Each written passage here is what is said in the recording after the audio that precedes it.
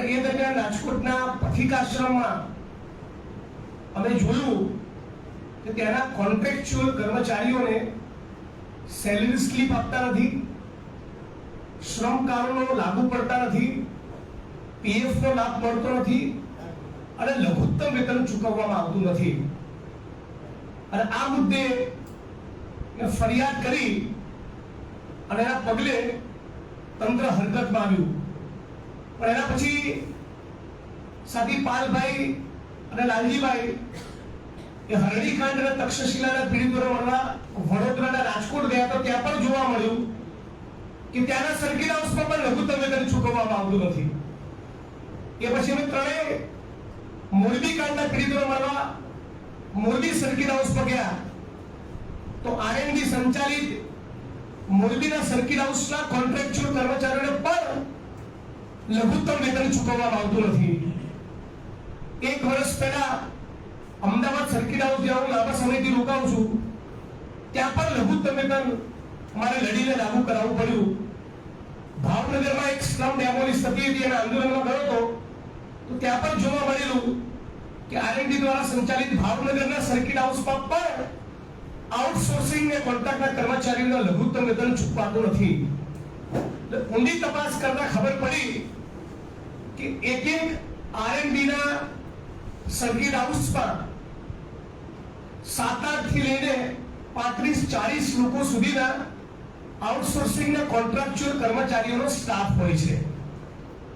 રાજ્ય સરકારે નક્કી કરેલા લઘુત્તમ વેતન પ્રમાણે આ કર્મચારીઓનો પગાર લગભગ 12,500 રૂપિયાની આસપાસ થાય, પણ એમને સેલરી સ્લીપ આપતા નથી અને 12,500 રૂપિયાના બદલે 7, 8 કે 9,000 રૂપિયાનો પગાર આપી એક કર્મચારીના ગજવામાંથી દર મહિને 3,000 રૂપિયા ભ્રષ્ટાચાર કરીને કોન્ટ્રાક્ટરો, સર્કિટ હાઉસના મેનેજરો અને આરએનબી ના કર્મચારીઓ ખાઈ જાય છે.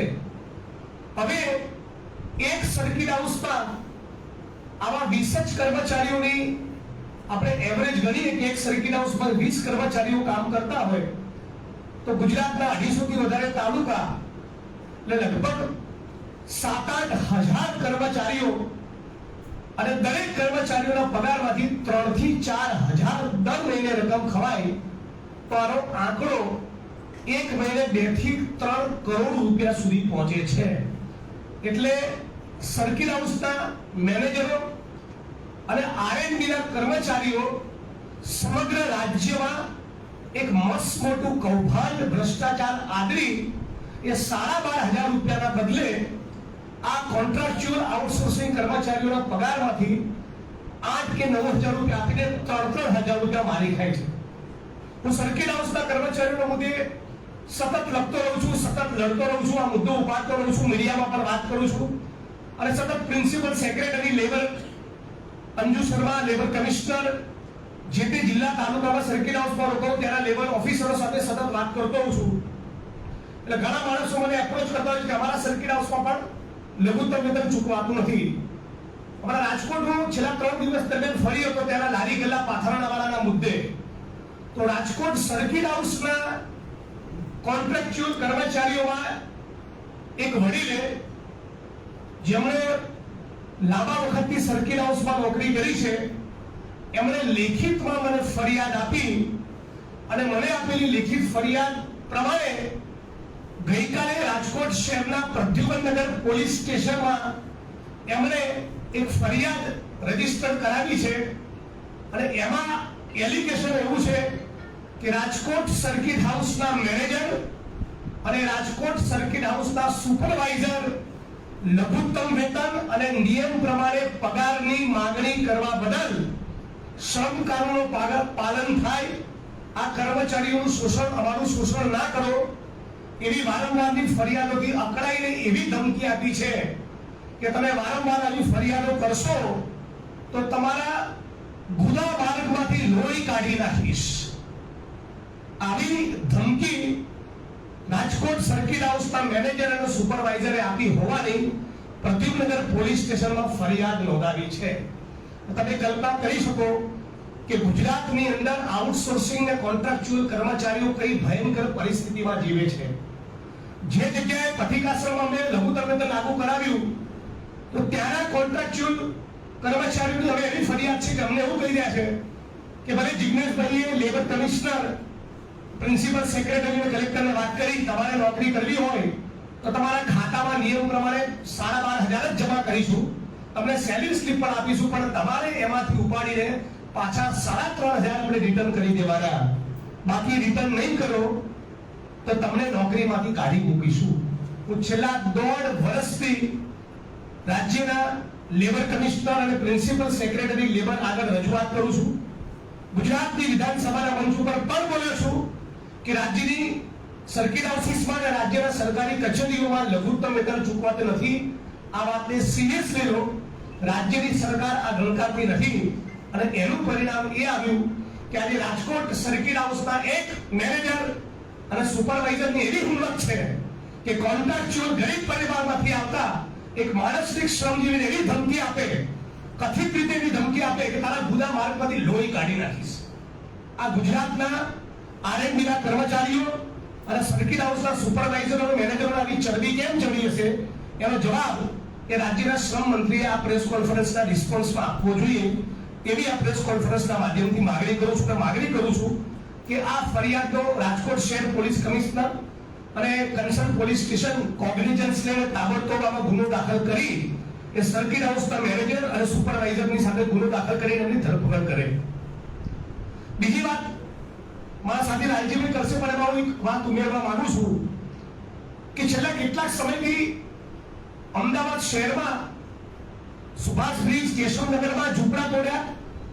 એ જ પ્રમાણે રાજકોટમાં લારી ગલ્લા અને પાથરાના વાળાને પણ હટાવવાની કોશિશ કરી અને રાજકીય કિન્નાખોરીના ભાગરૂપે ગીર સોમનાથની અંદર સ્થાનિક ધારાસભ્ય, સંસદ સભ્ય અને કલેક્ટર તંત્ર એકબીજાના મેળાપીપણામાં આહિર સમાજ, દલિત સમાજ, માલધારી સમાજ અને કોળી પટેલને વિશેષ રૂપે ટાર્ગેટ કરી વીણીને ચિહ્નિત કરીને જેમણે કોંગ્રેસને વોટ આપ્યો અને ભાજપની વિરુદ્ધમાં ચૂંટણીના કામ કર્યું એમની રેકડીઓ હટાવી, એમની લારીઓ હટાવી, એમની હોટલો તોડી પાડવી, એમના પાનના ગલ્લા હટાવી દેવા, એમના મકાનો તોડી પાડવા, એમના વરંડા તોડી પાડવા, એમની દિવાલો પર બુલડોઝર ફેરવું અને ઉત્તર ગુજરાતમાં તમિલા કહીએ અને સૌરાષ્ટ્રમાં ઢારિયા કહીએ એમ ઘોર રાખવા માટેના ઢારિયાઓ પણ રાજકીય કિન્નાખોરીના ભાગરૂપે તોડી રહ્યા છે. ત્યારે ગીર સોમનાથ તંત્ર અને રાજ્યની સરકારને ચેલેન્જ આપું છું કે તમારામાં પાણી હોય તો કોડીનાથથી ઉના જતા રસ્તામાં ભારતીય જનતા પાર્ટીના 302 ના આરોપી રહી ચૂકેલા એક પૂર્વ સાંસદના ગેરકાયદેસર અનેક ઝીંગા ફાર્મ ચાલે છે. તમારામાં પાણી હોય તો રેકડી વાળાને હટાવવાના બદલે આ ડાબીસ માણસના ગેરકાયદેસર બાંધકામો તોડીને બતાવો. આ મુદ્દે સતત લડી રહેલા અમારા સાથી કોંગ્રેસ પક્ષના કોડીનારની અનામતની બેઠકના ઉમેદવાર મહેશ મકવાણા, જેની ઉપર દિનુ મુગલ સોલંકીના માણસોએ એકથી વધારે વખત કથિત રીતે હુમલો કરેલો, એમને 3-4 મહિના હોસ્પિટલાઇઝ થવું પડેલું, એમની ઉપર તાજેતરમાં લૂંટની ફરિયાદ દાખલ કરવામાં આવી છે. જે કોંગ્રેસ પાર્ટીનો સંનિષ્ઠ કાર્યકર છે, જે પર્યાવરણવાદી છે, જે માનવ અધિકારનો કાર્યકર્તા છે, જે સર્વ સમાજના લોકો માટે કોડીનાર, ગીર સોમનાથના સૌરાષ્ટ્રમાં લડે છે, જેને આર્ટી એક્ટિવિસ્ટ તરીકે અનેક પબ્લિક ઇન્ટરેસ્ટના કામો કર્યા, અનેક જાહેર રીતે ગુજરાત હાઈકોર્ટમાં અરજીઓ કરી છે, એ મહેશ મકવાણાની ઉપર લૂંટનો ગુનો દાખલ કરી કોડીનાર પોલીસે, ગીર સોમનાથ પોલીસે એ ભાજપના ઈશારે એમને જેલમાં નાખી દીધા છે. આ પ્રકરણમાં ઉલ્લેખનીય વાત એ છે કે ભારતીય જનતા પાર્ટીના એક સ્ટ્રક્ચરના માળખાને તોડવા માટે જ્યારે પોલીસ તંત્ર, પ્રશાસન ગયું ત્યારે આગલા દિવસે સાંજે ત્યાંના એસડીએમ, નાયબ કલેક્ટર પોતે ફોન કરીને મહેશ મકવાણાને ડેમોલિશનના સ્થળ ઉપર હાજર રહેવા જણાવેલું. એનો ઓડિયો પણ અમારી પાસે ઉપલબ્ધ છે. એટલે સવાલ પૂછવા માંગુ છું કે ડેમોલિશનના સ્થળ ઉપર ફરિયાદી મહેશ મકવાણાને બોલાવી પછી એક ષડયંત્રના ભાગરૂપે મહેશ મકવાણા ઉપર લૂંટનો ગુનો દાખલ કર્યો, આની સૂચના એ ગાંધીનગરના ગૃહ વિભાગમાંથી મળી હતી. કે સંબંધિત આઈજી ઉપર કમલમમાંથી ફોન ગયો તો આની પર રાજ્ય સરકારે સ્પષ્ટતા કરવી જોઈએ. સાથોસાથ ફરી ત્રીજી રાજકીય કિન્નાખોરીના ભાગરૂપે 11 જુલાઈના રોજ દલિત સમાજના સામાજિક સંગઠનો, આંબેડકરવાદી મિત્રો અને અમે બધાએ ઉના કાંડના 8 વર્ષ નિમિત્તે એક નાનકડું સંમેલન યોજ્યું અને એ સંમેલનમાં ભારતીય જનતા પાર્ટીને ચેલેન્જ આપી કે ઉનાના પીડિતોને તમે જે 8 વર્ષ પહેલા વચન આપેલા કે ખેતીની જમીન આપીશું, સરકારી નોકરી આપીશું અને ફાસ્ટ ટ્રેક કોર્ટમાં કેસ ચાલશે, અમારે એક પણ વચનનું પાલન નહીં કર્યું હોય, ગાંધીનગરમાં તમારી સામે એક મોટો મોરચો માંડવાના છીએ. તરત આ એનાઉન્સમેન્ટના 48 કલાકની અંદર નામદાર ગુજરાત હાઈકોર્ટના આદેશના પગલે ઉના કાંડના પીડિતોને 8 વર્ષ સુધી મળેલી 4 SRP ના જવાનો અને 2 પોલીસ કોન્સ્ટેબલોની સિક્યુરિટીમાંથી કશું જ કીધા વગર, કશી ચોખવટ કર્યા વગર આજે જ ઉના કાંડના પીડિત વશરામ સરવૈયાનો મારી પર ફોન હતો કે 4 SRP ના જવાનોનું રક્ષણ હટાવી લીધું છે. વશરામજી સરવૈયાએ મને એવું પણ કહ્યું કે ઉના કાંડના આરોપીઓ મારા ઘરથી 4 કિલોમીટર અને બીજા આરોપીઓ 7.5 કિલોમીટરના અંતર ઉપર રહે છે. અમારા જીવ ઉપર ખતરો છે, જીવલેણ હુમલો થઈ શકે એમ છે. રાજ્યની સરકાર કોઈ પણ સંજોગોમાં તાબડતોબ અમને પોલીસ રક્ષણ નહીં આપે તો અનિચ્છનીય ઘટના બની શકે એમ છે. અને એટલું જ નહીં, ઉના કાંડમાં જે આરોપીઓ છે એ ગીર સોમનાથ પોલીસની મહેરબાનીથી, ગીર સોમનાથ પોલીસના રહેમો કરમના કારણે આજે પણ બુટલેગિંગનો ધંધો કરે છે. એટલે જેમણે સમગ્ર ગુજરાત અને દેશ અને દુનિયા જોઈ એ પ્રમાણે ઉના કાંડને અંજામ આપ્યો, એ આરોપીઓને સબક શીખવી, એ તમામ પ્રકારની ખોડ ભૂલી જાય એવો દાખલો બેસાડવાના બદલે એવા રાજ્યની સરકારને પોલીસના આશીર્વાદ એમની ઉપર છે કે આજે પણ કથિત રીતે તેઓ બુટલેગિંગના વ્યવસાય સાથે જોડાયેલા છે. એટલે રાજ્યમાં રાજકીય કિન્નાખોરીની સાથોસાથ છાકટા બનેલા આ બદમાશો, ડામીશો એ કેટલા બેફિકર થઈ ચૂક્યા છે અને કાયદો વ્યવસ્થાનો કોઈ એમને ડર નથી. એ આ પ્રેસ કોન્ફરન્સના માધ્યમથી કહેવા માફિયા તત્વો અને લૂંટારાઓ જે કંઈ છે એ બધા મહેલમાં છે અને જનતાની લડાઈ લડનારા આજે જેલમાં છે. હું આપને 3 ઉદાહરણ આપું. આ 3 ઉદાહરણોમાં તમને તમારી સામે આવશે. ગુજરાતમાં કોંગ્રેસના કાર્યાલય પર હુમલો કરનારા આજે એ લોકો બધાય મહેલોમાં છે અને પોતાના ઘરને બચાવનારા કોંગ્રેસના કાર્યકર્તાઓ આજે જેલમાં છે. એટલે આવી ઘટના આપ આગળ વધીને જુઓ તો જેમ જિગ્નેશભાઈએ કહ્યું કે ઉનામાં દલિતો ઉપર અત્યાચાર કરનારાઓ એ બેખોફ અત્યારે એ પોતાના વિસ્તારમાં બુટલેગરો તરીકેનો ધંધો કરી રહ્યા છે, જ્યારે એ જ જગ્યા ઉપર પીડિત બનનાર અત્યારે ખોફના માર્યા એની સુરક્ષા ઘટવાના કારણે એ લોકો પોતાના ઘરમાં પુરાઈને રહ્યા છે. આવું નવું મહેશભાઈ મકવાણા કે જેમણે આખા ગીર સોમનાથમાં લોકોની લડાઈ લડીને આરટીઆઈ ના એક્ટિવિસ્ટ તરીકે એમણે જનતાનો અવાજ ઉઠાવ્યો અને જે ખરેખર ગેરકાયદેસર હતું, ભાજપનું પોતાનું કાર્યાલય, આમ તો દિનુ ગોઘાનું કાર્યાલય હતું જેણે ભાજપનું કાર્યાલય બનાવ્યું, એ વિધિવત રીતે ગેરકાયદેસર હતું અને સરકારને મજબૂરીથી એ કાર્યાલય જિગ્નેશભાઈ જેવા અને કોંગ્રેસના અન્ય આગેવાનોના દબાણના કારણે એ કાર્યાલય જે છે એનું દબાણ હટાવવાનું કર્યું. તો આ જેનું દબાણ ગેરકાયદેસર રીતે થયેલું એને હટાવવાની બાબતમાં આખી આ વાતને જુદી રીતે લઈ ગયા અને જેણે જનતાની લડાઈ લડ્યા એવા મહેશભાઈ મકવાણા આજે જેલમાં છે. અને જે ખરેખર વિવિધ રીતે આપ સૌ જાણો છો કે આ ગુજરાતમાં બહુ જ કુખ્યાત છે એવા વ્યક્તિઓ ત્યાં ગીર સોમનાથમાં આજે મહેલમાં છે અને એમના પોતાના ઝીંગા ફાર્મ બેખોફ રીતે ચલાવી રહ્યા છે.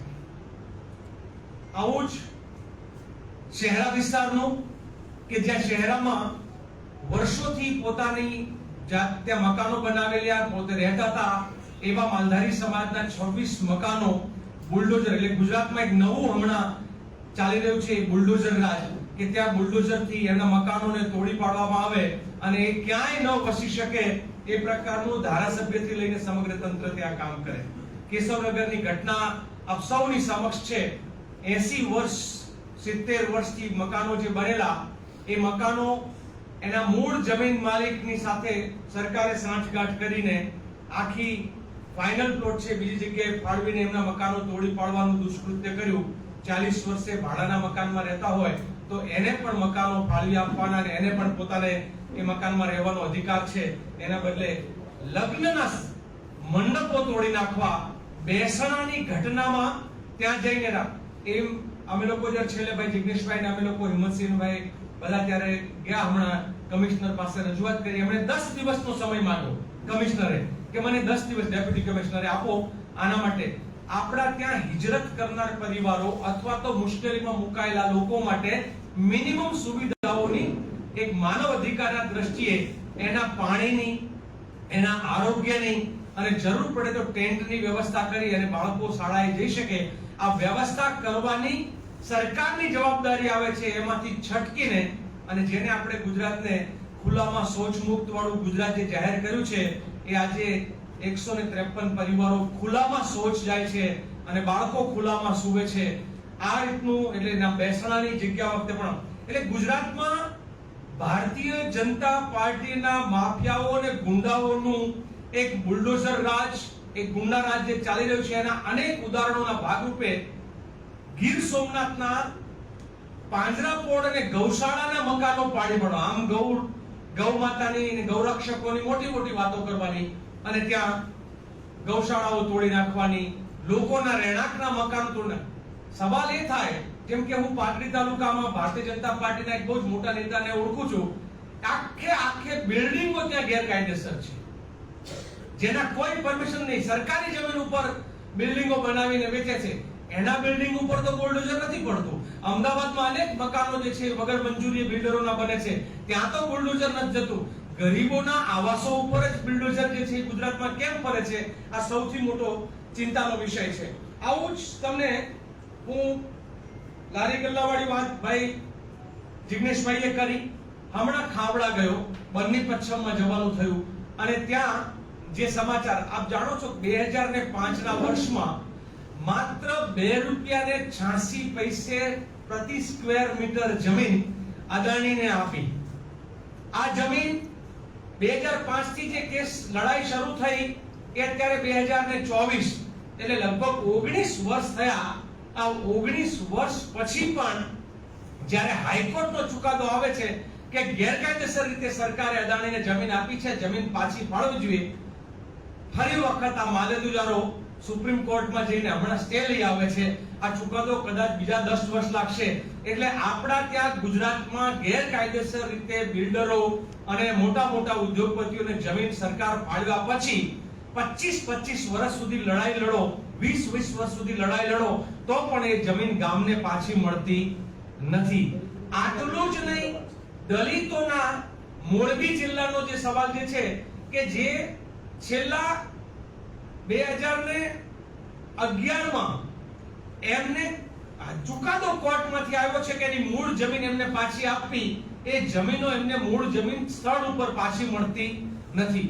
કચ્છની અંદર 70 વર્ષ પહેલા, 50 વર્ષ પહેલા દલિતોને ફાળવાયેલી જમીન ઉપર આજે ગેરકાયદેસર કબજો છે એ અનેક વખત લડાઈ લડ્યા પછી એ સરકાર ખાલી કરાવી શકતી નથી. એટલે સવાલ એ થાય કે ગુજરાતમાં દલિતોની જમીન હશે તો કોઈ કબજો કરશે તો એ ખાલી નહીં થાય. ગુજરાતમાં ઓબીસી, વંચિતો, પીડિતો, આદિવાસીઓની જમીન હશે તો એના ઉપરના કબજા ખાલી નહીં થાય.